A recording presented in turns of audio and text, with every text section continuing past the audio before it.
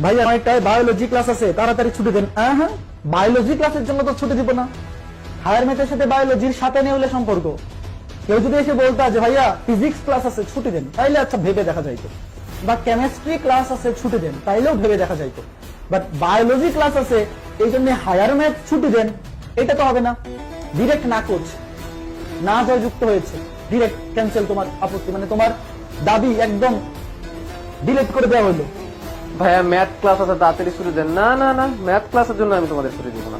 যুদ্ধ তো ঘোষণা হয়েই গেছে, ম্যাথ তো বলেই দিছে ম্যাথের সাথে বায়োলজি তো সাপে নিউনের সম্পর্ক। তো যুদ্ধ যেহেতু ঘোষণা হয়েই গেছে, তাহলে ম্যাথের জন্য তো বায়োলজি ক্লাস এখানে অফ দেওয়ার বা ছুটি দেওয়ার তো কোনো প্রশ্ন আসে না। এবং আমি এটাও বলবো না যে ফিজিক্স ক্লাসের কথা বললে আমি হয়তো বা ছুটি দিতাম, কেমিস্ট্রির সাথে বায়োলজির সম্পর্ক খুব, এটার কথা বায়োলজির কথা বললে হয়তো আমি ছুটি দিতাম, এই কথা আমি বলবো না।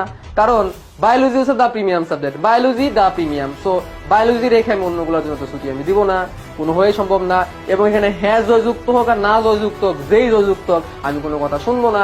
আমি যেটা বলতেছি ওটাই করবো একনায়কতন্ত্র হিসাবে। সুতরাং এখানে একনায়কতন্ত্র চলবে, কোনো জয়যুক্ত কোনো গণপ্রজাতন্ত্র এখানে চলবে না।